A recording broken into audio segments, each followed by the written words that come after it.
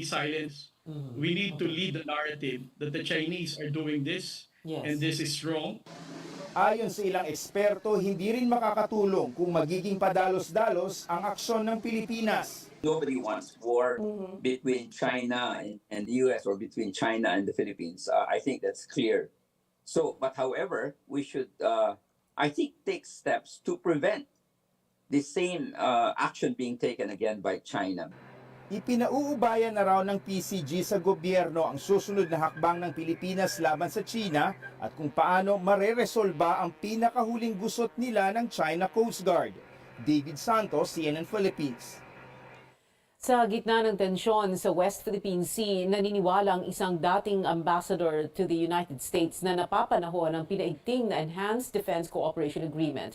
Sabi ni former Philippine Ambassador Jose Cuisia na pwedeng itigil ng EDCA ang pambubuli ng China. Sa ilalim kasi ng kasunduan, bukod sa 5 EDCA sites, magdadagdag pa ang Pilipinas at Estados Unidos ng 4. Sinabi ni Cuisia na dapat sumabak na rin sa joint patrols ang ating bansa kasama ang Amerika, Japan at Australia. Nagkasundo na ang Manila at Washington sa joint patrol sa West Philippine Sea nang bumisita si U.S. Defense Secretary Lloyd Austin sa bansa. To benefit the Philippines because one, they will contribute to the enhancement of the capability of our armed forces. The presence of the U.S. In the West Philippine Sea in the form of joint patrols will, of course, serve as a deterrence to the Chinese aggressors. And I think it will also bolster the morale of our armed forces. Sinabi ng Philippine Coast Guard na hindi lang isang beses silang tinutukan ng laser beam ng China. Ayon kay PCG Advisor of the Commandant for Maritime Security na si Commodore J. Tariela, ginamitan na rin sila ng blue laser beam ng Chinese troops noong June 2022. Na-expose daw ang mga sakay ng Pinoy patrol vessel at nakaranas ng pansamantalang pagkabulag at pangangati ng balat. Noong Disyembre lang nang akusahan ng United States ang China na tinangkang harangin ng Chinese jet ang US warplane habang nasa airspace ng South China Sea. Maging ang mga Australian pilot ay nakaranas din ng panunutok ng laser mula sa mga barko ng China. Nangyari raw ito noong 2019 habang nasa isang misyon ang mga piloto ng Australia.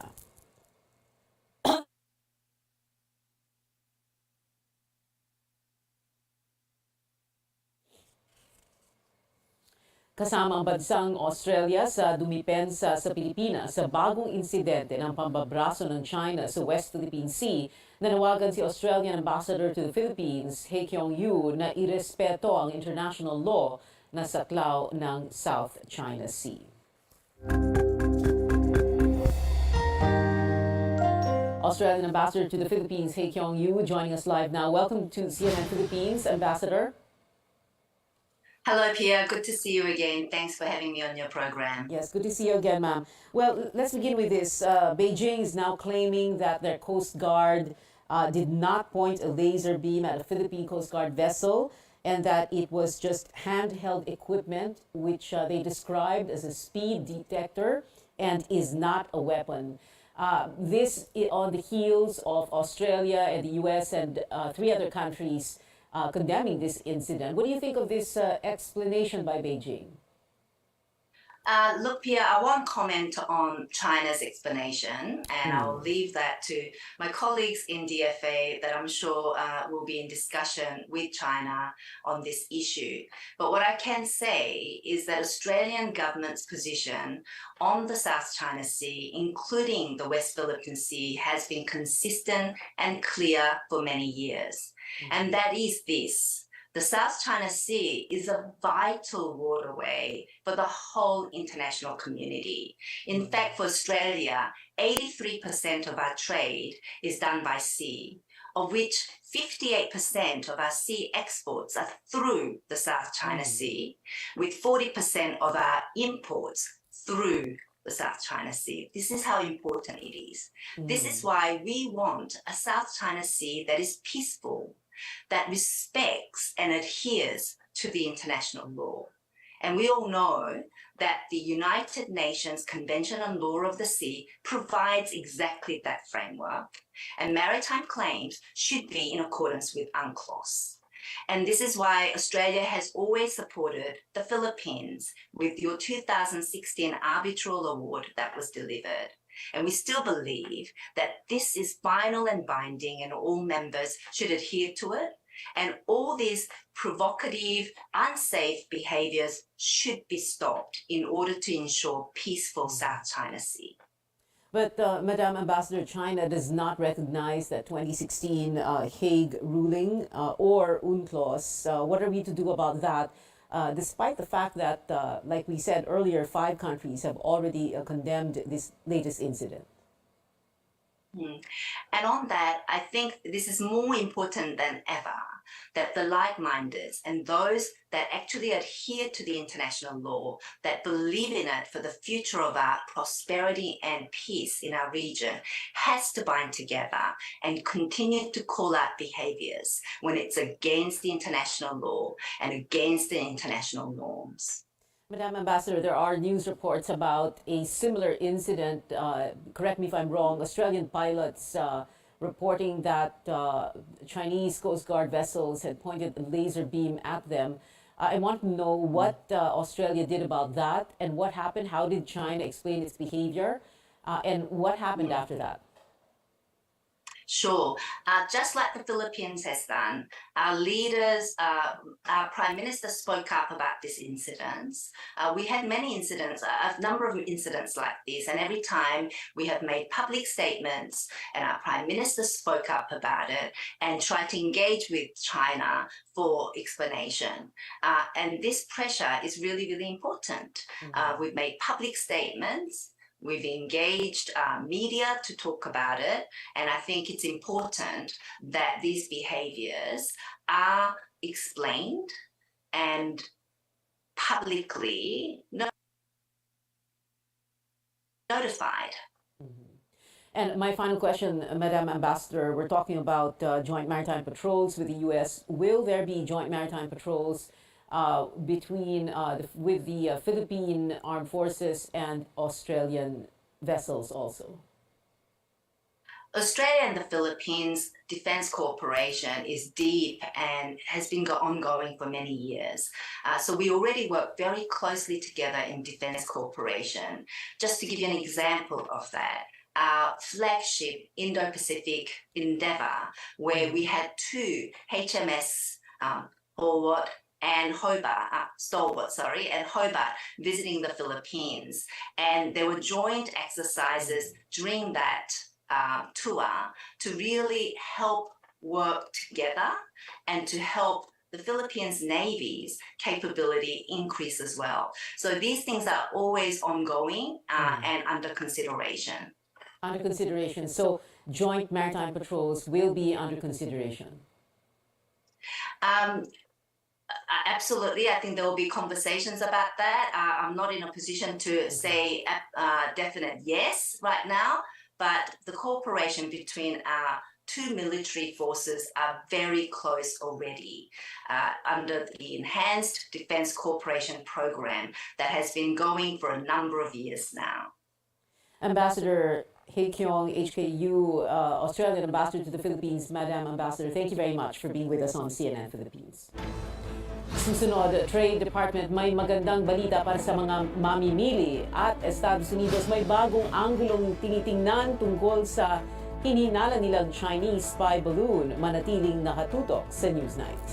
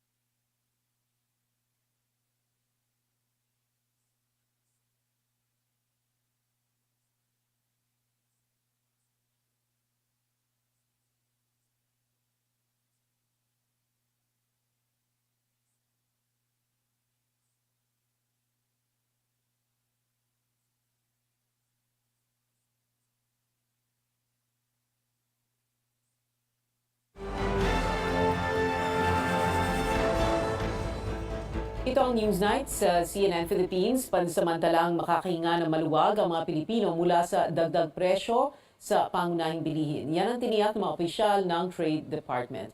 May ulat si Carrie Cator. Imbis na pang 1 month na budget, naging 15 days na lang.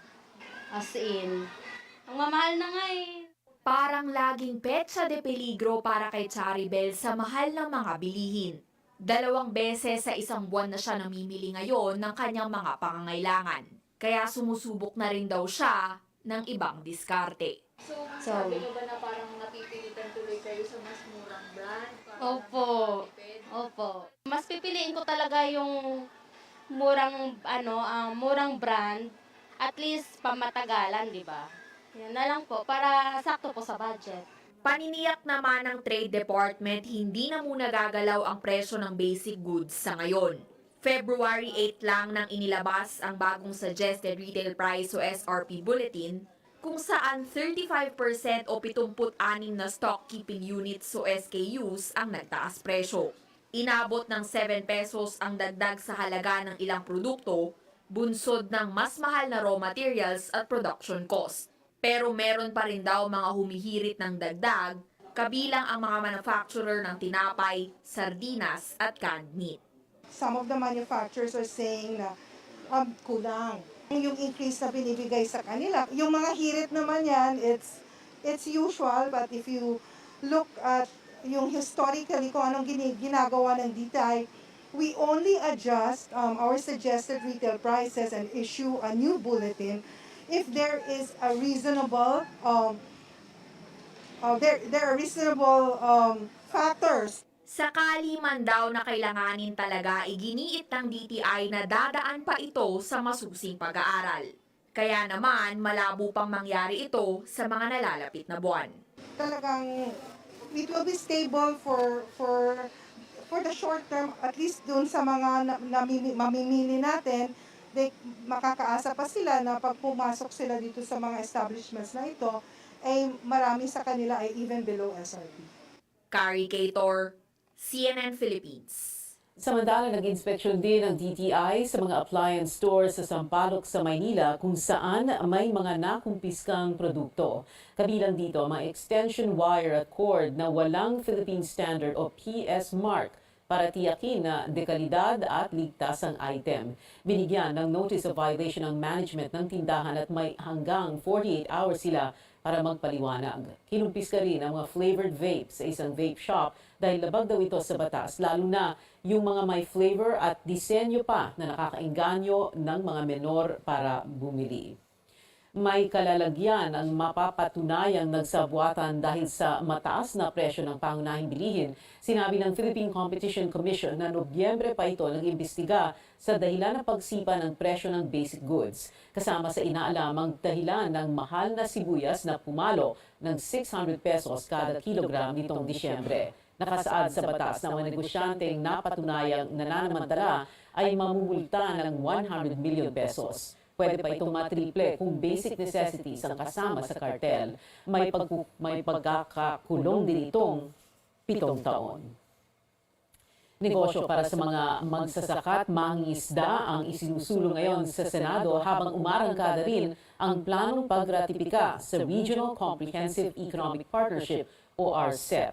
Mismong kapatid ng Pangulo nagbabala na papatayin ng free trade agreement na ito ang sektor ng agrikultura. Narito ang ulat ni Amor Santos. Para raw makaahon sa hirap ang mga magsasaka at mangingisda, tanong ni Senador Robin Padilla, bakit hindi sila magnegosyo? Hindi po ba sila pwedeng i-train na yung kanilang raw materials? Lagi na lang kasi yung raw, kukunin ng trader, may iwan yung magsasaka o mangingisda, ang kikita yung trader. Hindi po ba makagawa tayo ng paraan na katulad po sa ibang bansa, ang mga magsasaka nila at ang mga mangingisda nila ang merong matatawag na magandang buhay? Sagot ng Trade Department, marami ng ganitong success stories at dadami pa raw ito oras na maisabatas ang poverty reduction through social entrepreneurship o present bill. Maglalaan ito ng paunang 900 milyong piso na ipapautang sa maliliit na negosyo. Bukod sa technical at financial assistance, may mga insentibo rin mula sa gobyerno.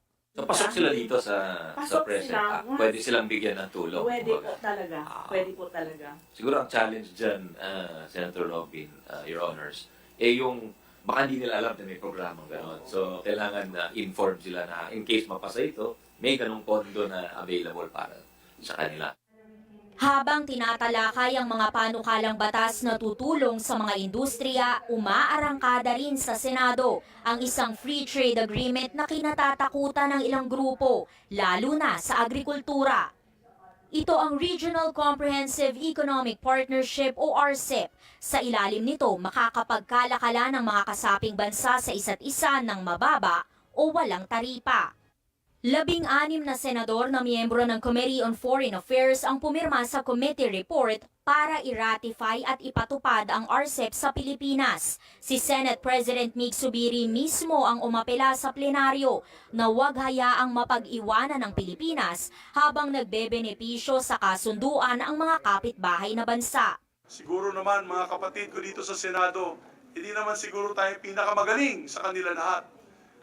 Ito po yung mga bansa na katulad ng ating mga kababayan sa region na ASEAN, plus Japan, South Korea, New Zealand, Australia, and China. Gingit pa ni Zubiri, hindi dapat matakot ang mga magsasaka. Rice, swine meat, poultry meat, potatoes, onions, garlic, cabbage, sugar, carrots are exempted, excluded. Hindi po sila kasama dito. Itong mga produkto pinapakita ko sa inyo na araw-araw sinisigawan ng ating mga kritiko. Hindi po ito kasali sa RCEP.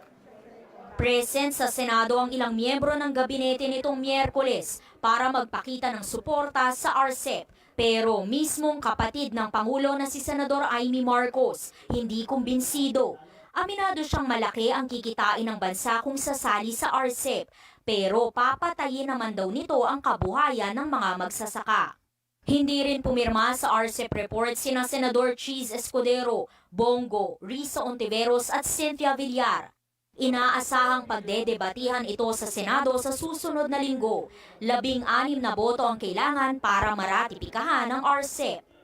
Amor Santos, CNN Philippines. Magandang balita para sa mental health outpatients. Covered na po ng PhilHealth simula ngayong taon ang inyong pagpapagamot sa Tolosa, Leyte kung saan mataas ang kaso ng mental disorder. Dulot ng bagyong Yolanda at COVID-19 pandemic, may bagong pag-asa para sa kanila. May ulat ang aming senior correspondent na si Lois Calderon.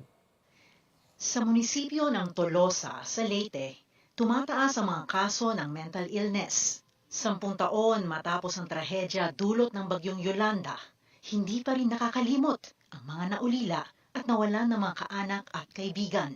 Sinabayan pa ito ng COVID-19 pandemic noong 2020. From 9 mental health, naging 139 na kami ngayon. Ang Tolosa health worker na si Joan Caceres, guardian din ng isang pasyenteng na-diagnose ng schizophrenia. Nakita niya yung best friend niya na namatay sa harapan niya. Ang diagnosis po ng psychiatrist is schizophrenia. Opo. Pero yung nanay niya po, mayroon ding sakit na ganun. 2 linggong confinement sa mental health facility ang may schizophrenia. Sagot ng PhilHealth ang gastos, lalo pat ang mga may sakit sa Tolosa, kadalasan ay nagpapagamot sa pampublikong ospital doon. At ang gamot, ginawa ng paraan ng lokal na pamahalaan sa tulong na rin ng foreign donors. Kaya ang healthcare, mula diagnosis at gamutan ng pasyente hanggang sa pagbabalik bilang produktibong miyembro ng lipunan. With WHO, tumagdag ngayon is pilot tayo sa Philippines. We're working with PhilHealth to come up with this mental health benefit package na at the primary level pa rin. Sa datos ng PhilHealth, 6 na milyong Pilipino ang may mental disorder. Ngayong taon, isasama na ng state health insurer ang outpatient mental health cases sa mga benepisyong makukuha ng mga miyembro. Dati kasi, inpatient o yung nakakonfine lang ang coverage nito. 3 bilyong piso ang inilaan ng PhilHealth para sa outpatient mental health benefit package. Dagdag benepisyo raw yan sa kabila ng suspensyon sa dagdag singil sa kontribusyon ng mga miyembro. We're giving up roughly 17 billion pesos po. Ma-absorb naman yan po kasi close to 400 billion naman yung cash position, diba? And then of course we have the monthly contributions coming in and then very strong net income. So very, very healthy and robust ang cash flow ng PhilHealth, no? So, wag po kayo mag-alala. Ayon kay PhilHealth President Dr. Emmanuel Ledesma, nakatakdang kumita ang ahensya ng 50 billion pesos noong 2022. Sa katapusan ng September 2022, 46 billion pesos na ang net income. Sa gitna ng mga kritisismo noong kasagsagan ng pandemya, ipinakita ng PhilHealth ang financial statement nito. Higit ang assets nito kaysa sa utang na lumiit na mula 2021. Kumita ito mula sa investments na nasa government bonds lamang o AAA bonds, bagamat balak nitong pumasok sa stock market na blue chips lang ngayong taon. At ang reserve fund o yung pondo na nakatabi at nadadagdagan taon-taon mula sa kita ay lumaki na sa 224 billion pesos. Pinalakas pa ang ahensya ng mga ambag mula sa PAGCOR, PCSO at National Budget. Ayon sa pamunuan nito, sapat ang pondo ng PhilHealth para tustusan ang mga benepisyo. At the end of the day, nasa 42 billion pesos ang ating net income. With that, bawas ng 17, mayroon pa ho tayong pera. There is no limit po sa lifespan ng PhilHealth. PhilHealth is here to stay. Pero kahit daw malaki ang pondo ng PhilHealth, hindi ito tataya sa Sovereign Wealth Fund na pinag-usapan pa sa Senado. I think the charter will not allow it. Lois Calderon, CNN Philippines. Itinaas ng Bangko Sentral ang interest rates ng 50 basis points o kalahating punto sa 6%. Ito ang batayan ng mga bangko sa kanilang mga pautang, credit card at deposit rates. Ibig sabihin, mas magiging mahal ang babayaran ng mga uutang kaya nagdudulot ito ng mas kaunting paggastos ng mga negosyante at consumer para makatipid. Ayon sa Bangko Sentral, itinaas muli ang interest rate pangontra sa patuloy na pagtaas sa presyo ng mga bilihin. Update tayo sa lindol sa Turkey at Syria. Higit 50,500 buildings ang kailangang ma-demolish kaagad. Ayon sa pamahalaan ng Turkey, anumang oras daw kasi ay guguho na ang mga ito sa tindi ng pinsalang tinamo. Sa siyudad ng Antakya, kita sa satellite image ang malalawak at bagong tayong sementeryo sa gitna yan ng pataas na death toll. Tinangkang puntahan ng CNN ang burial site pero pinagbawalan ang crew na kunan ito. Sa gitna ng trahedya, sumibol naman ang bagong pag-asa, isang baby girl ang isinilang ng isang quake survivor. Pinangalanan ang sanggol na Hatis Deniz. Higit 41,000 ang death toll sa magnitude 7.8 na lindol na yumanig sa Turkey at Syria, kabilang dyan ang 2 Pilipino. Kagabi, naiuwi na ang labi ni Wilma Tezcan, dinala ang labi sa kanilang probinsya sa Lucena City sa Quezon. Posibleng bukas o sa Sabado ang libing ni Tezcan. Muling nakikiramay ang Department of Foreign Affairs at ating ibang government agencies sa pamilya ng ating kababayan sa walang buhay niya. No? Nandito kami para makiramay at tulungan po siya. Yung pamilya, bibigyan namin ng konting ayuda. Preliminary lang po yan. Samantala, ayon din sa Foreign Affairs Department na ilibing na sa Turkey ang isa pa nating kababayang nasawi sa lindol.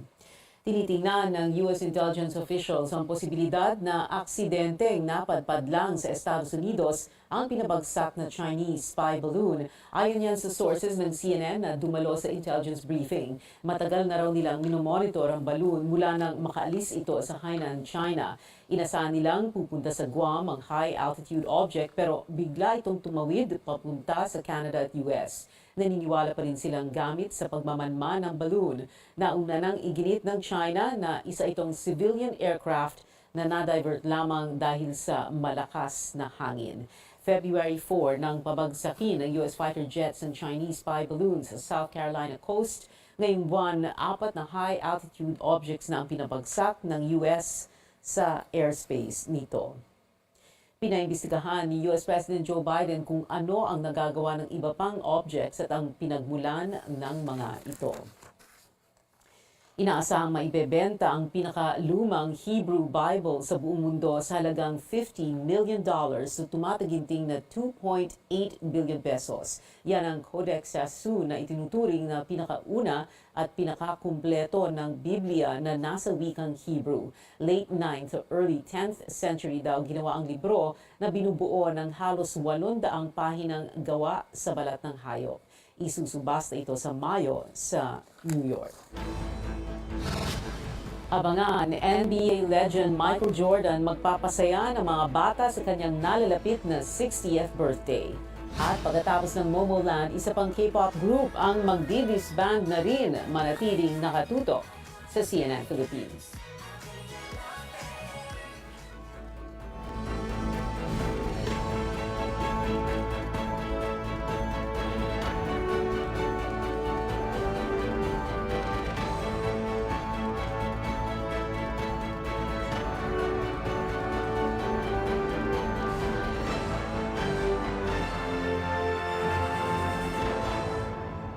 That news was brought to you by ACS Manufacturing Corporation, ISO certified world-class quality. ACS. It's 6:30 p.m. That time check was brought to you by ACS Manufacturing Corporation, ISO certified world-class quality. ACS. Halaka, na ay naglik na tubo oh. Kiber, din na ako na problema. Na, chance na ni. Magsagpog ta kay libre. Wag sure mo diya oy. Ato ni i-report sa water district para ma-repair. Kay sayang kaayo ang tubig. Kabalo ba kamo nga tungod sa leakage, muhinay o mawala ang aga sa inyong gripo? Posibleng makontamina ang inyong tubig, mahimong makadisgrasya tungod sa digyas nga dalan o pwedeng maguba ang mga estruktura sa palibot. Busa, i-report ang mga leaks sa Water District Office sa Corrales o itawag sa 555-9850 o 0906-007-0411. Pwede usab i-message sa ilang Facebook page.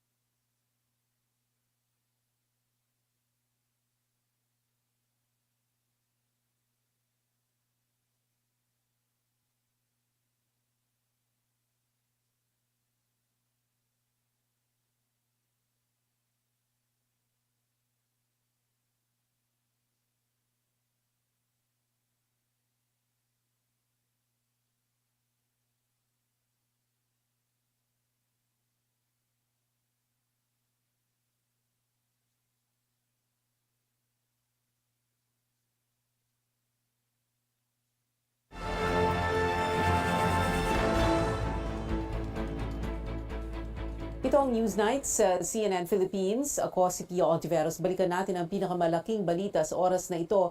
No comment ang Australian Ambassador to the Philippines sa pahayag ng China na hindi umano ito nanutok ng military-grade laser sa Philippine Coast Guard sa West Philippine Sea. Gayunman sa panayam ko kanina kay Australian Ambassador He Kyong-yu, sinabi niyang malinaw ang sinasaad sa maritime laws na mahalaga ang pagpapanatili ng kapayapaan sa South China Sea dahil sa kalakalan. Dahil rin sa mga karanasan noon ng engkwentro ng Australia sa Chinese vessels, binigyang diin ni Yu na kailangan magkaroon ng maayos na pagpapaliwanag dito para mapigilan ang maling mga pagkilos. Kinukonsidera ngayon ng Australia ang posibleng pagkakaroon ng joint maritime patrols sa Pilipinas. Para sa mga pasahero ng Philippine National Railways o PNR, maghanda-handa na kayo ng alternatibong masasakyan dahil ipapahinto ang operasyon ng rail line ngayong taon. Dahil yan sa pagpapatayo ng South Commuter Railway o CSR project na magdudugtong sa Metro Manila at Laguna. Sa pagdinig ng House Transportation Committee, sinabi ni DOTR Undersecretary for Railways Cesar Chavez na posibleng umabot ng 5 taon ang tigil operasyon, depende raw sa usad ng construction. Dinahilan din ni Chavez ang safety concerns at efficiency sa suspensyon ng operasyon. We need to stop the operation of PNR because our objective is to construct the South Commuter Railway project in sustainable focus and speed based on the timeline and at a minimal cost. yes, ihihinto po ang operasyon ng PNR in due time. At we will inform the public in due time sa operasyon ito sa loob ng taong ito at baka ho ngayong summer po. So ang tingin ko po mga 5 taon. Pero pagkatapos ng 5 taon, 5 taon mula ngayon, ang tingin ho natin 5 taon, may substantial completion na tayo, mas maayos naman at maginhawa ang sasakyan nila. Dagdag pa ni Chavez, makakatipid ng 15 billion pesos ang gobyerno sa tigil operasyon ng PNR. May 2 buwan ang ahensya bago ihinto ang operasyon. Nakipag-ugnay na rin ng DOTR sa transport regulators para magdagdag ng masasakyan ang mga commuter. Nasa 20,000 passengers ang sinisirbisyohan ng PNR kada araw. Sinuspinde ng Transportation Department ang pagbabayad sa contractor ng mga bagong bagon para sa LRT Line 1. Ito ay matapos madiskubre ng ahensya na may water leak o tulo pala ang karamihan sa 80 bagon na i-deliver ng Mitsubishi Corporation. Ayon sa ahensya, hindi na-inspeksyon ang mga bagon noong 2021 dahil sa pandemya. Nasa 6 na bilyong piso na ibayad ng gobyerno sa Mitsubishi. May balanse pang 6 na bilyong piso para sa proyekto. Sa ngayon, inutusan na raw ng DOTR ang contractor na kumpunuhin ang mga palpak na bagon. There is something wrong. There was something wrong in the procurement. Before even allowing them to deliver, if they cannot at that time decide whether the 80 trains, LRVs, light rail vehicles, was compliant, they should have at least suspended the delivery. Ang tingin ko dapat sinuspend muna kung hindi naman mai-inspect. The logical solution here is to require, as we are requiring the contractor to do rectification. Hindi raw babayaran ng ahensya ang contractor hanggat hindi naayos ang sira ng mga ito. Nasa 600 kilograms ng chorizo na nagkakalaga ng 100,000 pesos ang nasamsam ng mga otoridad sa Port of Surigao. Ayon sa Port Management Office doon, peke ang mga dokumento ng nasabing produkto. Ibinalik ang mga nasabat na chorizo sa Cebu City upang maiwasan ang pagkalat ng sakit sa mga hayop. Isang oil tanker naman ang hinarang ng Philippine Navy malapit sa Mindoro. Dala nito ang 847,000 liters ng undocumented diesel na nagkakalaga ng 50.8 million pesos. Papunta sa Maynila ang MT Brailman 1 nang ma-intercept ito ng BRP Lolinato toong malapit sa Cabra Island. Walang napakitang anumang dokumento ang crew ng barko. Niyanig ng magnitude 6 na lindol ang lalawigan ng Masbate pasado 2:00 kaninang madaling araw. Nasira ang ilang bahagi ng Magallanes Coliseum sa Masbate City. Nagmamonitor pa rin ang Civil Defense Office at FIVOX ukol sa mga pinsala. Walang naitalang nasaktan sa insidente. Ngunit sa lakas ng pagyanig, kinailangang ilika sa mga pasyente sa Masbate Provincial Hospital. Nag-set up ng mga tent para sa kanila.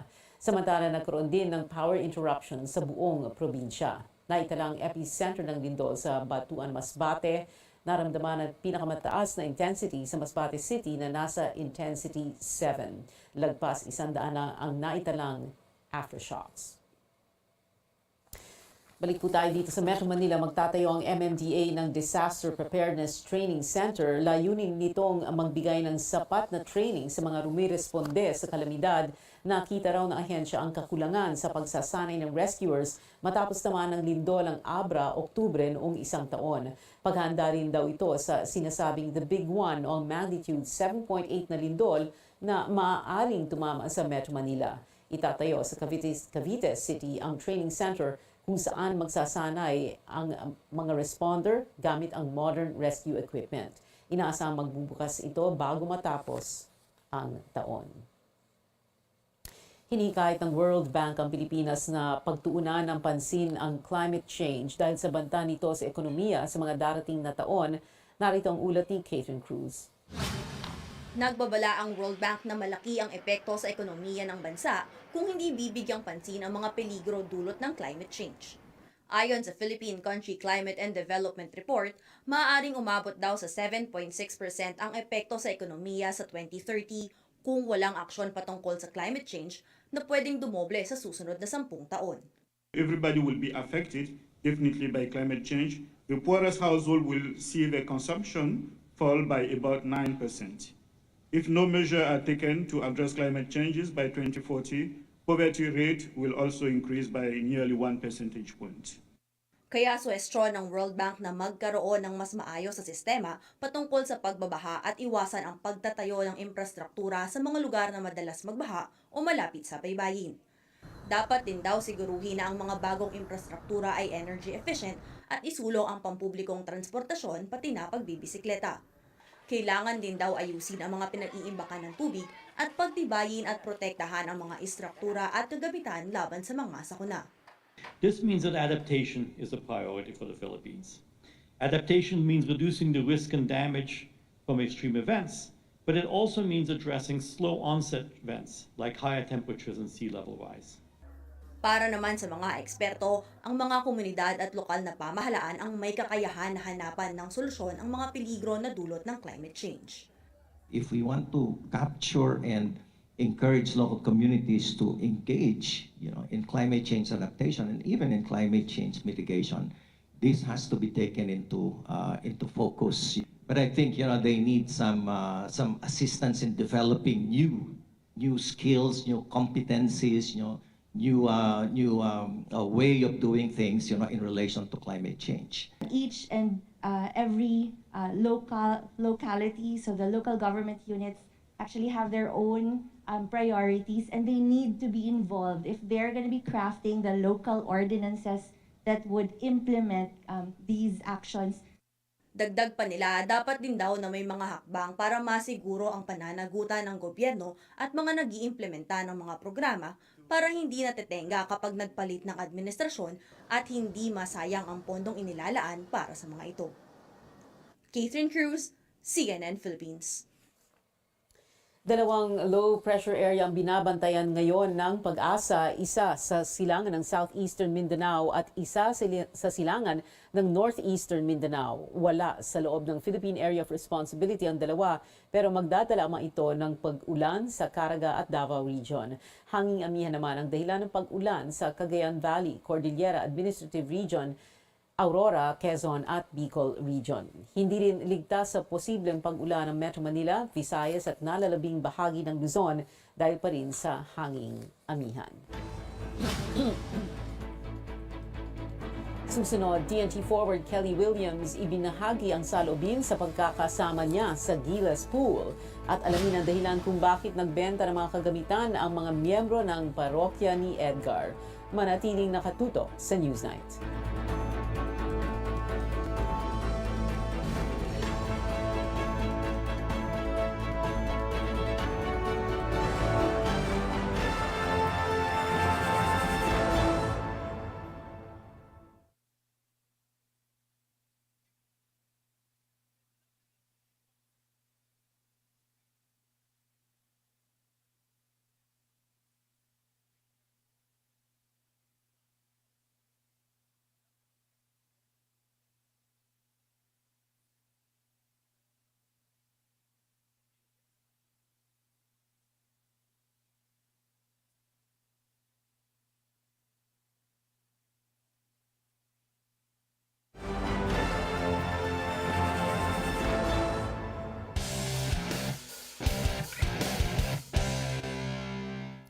Ito ang Newsnight sa CNN Philippines. Sa PBA, bahagyang nasa pawan ni TNT tropang Giga Guard Roger Pogoy ang debut ng kanilang bagong import kahapon sa Governor's Cup sa Mall of Asia Arena sa Pasay. Nagrehistro ang dating NBA player na si Rondae Hollis Jefferson ng all-around performance na 37 points, 13 rebounds at 7 assists para sa TNT. Pero agaw eksena si Pogoy nang kumamada siya ng 40 points kabilang ang 7 3-pointers para talunin ang Blackwater Bossing 138-116.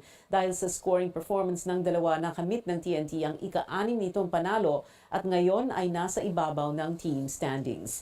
Samantala, katabla ng tropang Giga ang San Miguel Beermen na inungusan ng Northport Batang Pier sa isang high-scoring duel 145-132 Agad na bumawi ang Beermen sa pagkatalo nito sa Converge Fiber Xers noong isang linggo nang magpakawala ito ng 9-0 runs sa fourth period para maiuwi ang panalo. Nanguna sa atake ng San Miguel si import Cameron Clark na tumirada ng 44 points, 9 rebounds at 7 assists. Katuwang niya si six-time MVP Junmar Fajardo na nag-ambag ng 29 points at 12 rebounds. And at 20 out of 20. They go inside to him again. 2 more points for the Kraken.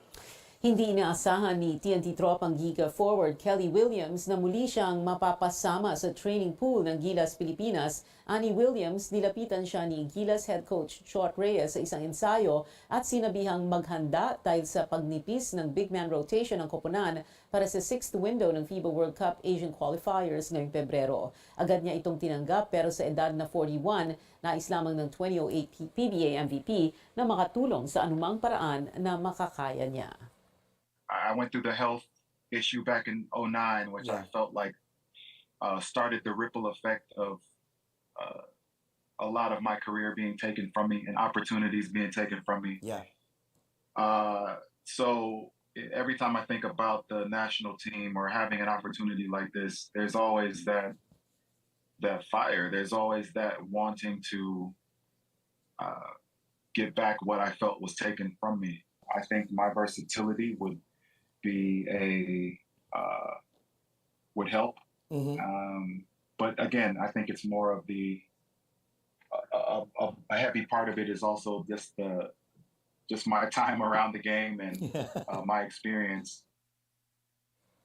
Sasalang si Williams sa ensayo ng national squad sa Lunes. Update naman sa football, bigo ang Philippine Women's National Football Team sa unang laban nito sa Pinatar Cup kaninang madaling araw sa Murcia, Spain. Nagtamo ang Pilipinas ng 1-0 loss laban sa world number 32 na Wales. Nagpakita ng matinding depensa ang Philippine Booters sa kabuuan ng laro. Pero naging turning point ang penalty na ipinataw kay Filipinas defender Dom Randall. Nagresulta ito sa penalty kick na nai-convert naman ni Kayleigh Green ng Wales bago matapos ang first half. Susunod na makakalaban ng national squad sa Sabado ang Scotland na number 25 sa world rankings. Naputol na ang magkakasunod na podium finishes ni Filipino pole vaulter EJ Obiena sa 2023 indoor athletics season. 10th place lamang ang naabot ng 27-year-old athlete sa ikapito niyang tournament, ang Meeting International de Louvain sa France. 5.64 meters lamang ang na-clear ni Obiena matapos mabigo sa 5.82 meter mark. Kampiyon sa palaro si Armand Duplantis ng Sweden na may 6.01 meters.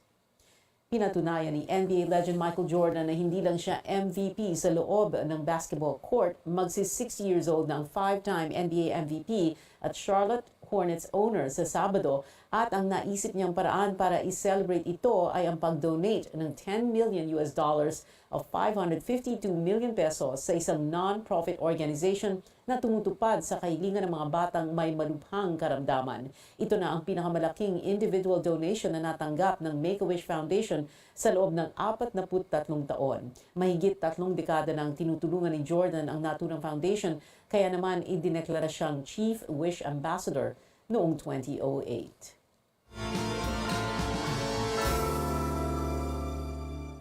Award-winning na aktres na si Nadine Lustre nagpamalas ng kanyang potensyal bilang isang vlogger. Ang detalye niyan at iba pang showbiz updates hatid sa atin ni Sam Sanwani. Sam.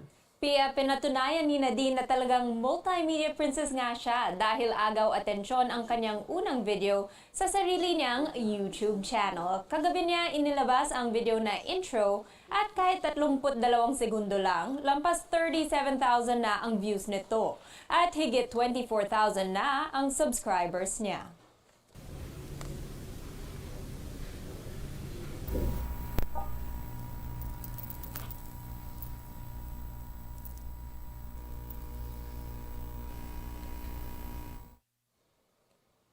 Sa Twitter, humingi rin ng content suggestions si Nadine para sa kanyang channel.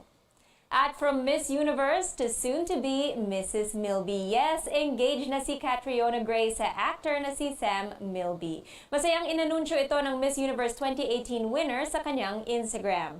Anya, siya ay living in an answered prayer kasama ang kanyang best friend.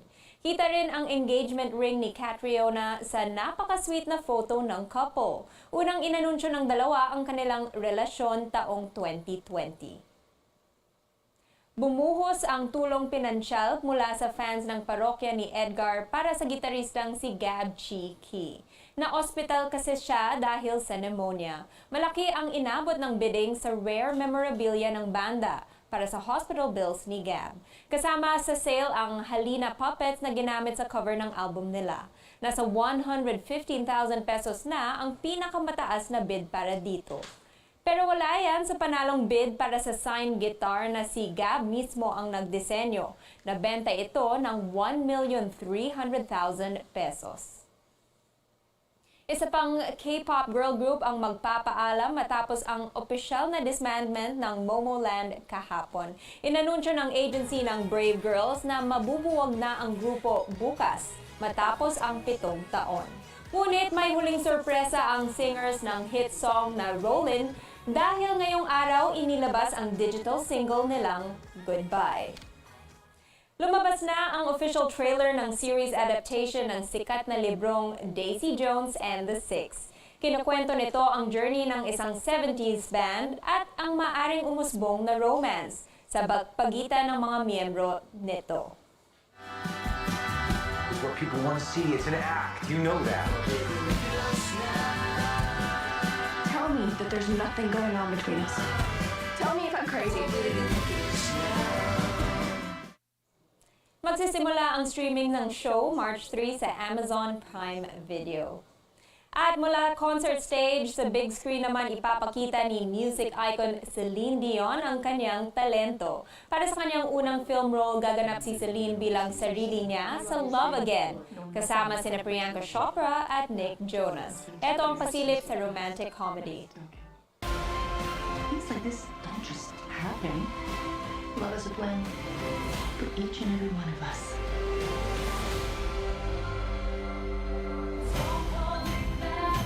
Hi, this is Celine Dion. Sure. And I'm Mariah Carey. Love comes to those who believe it, and this is really me. Oh my gosh, hi! Dobleng regalo ito para sa fans dahil mapapakinggan din ang iba't ibang bagong kanta ng singer sa pelikula. At yan ang updates para sa Showbiz Spotlight at Screen Time para sa araw na to. Balik sa iyo, Pia. Maraming salamat, Sam Sadwani. Ang dalawa sa paboritong merienda ng mga Pinoy, bahagi na ngayon ng 50 best fried dessert sa mundo. Ika-21 ang pagkaing gawa sa saba at langka ng turon sa ranking ng travel and lifestyle website Taste Atlas. Ang pinritong saging na maruya naman nasa ika-36 na spot.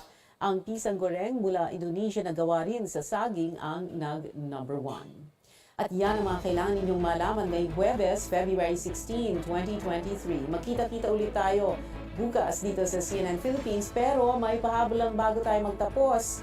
Ni-launch ng isang multinational electronics company ang Samsung ang kanilang bagong device.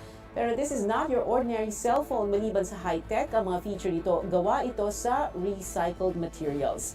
Explore natin ang new device, ha? Ako si Pia Ontiveros at ito ang Newsnight. Maraming salamat po.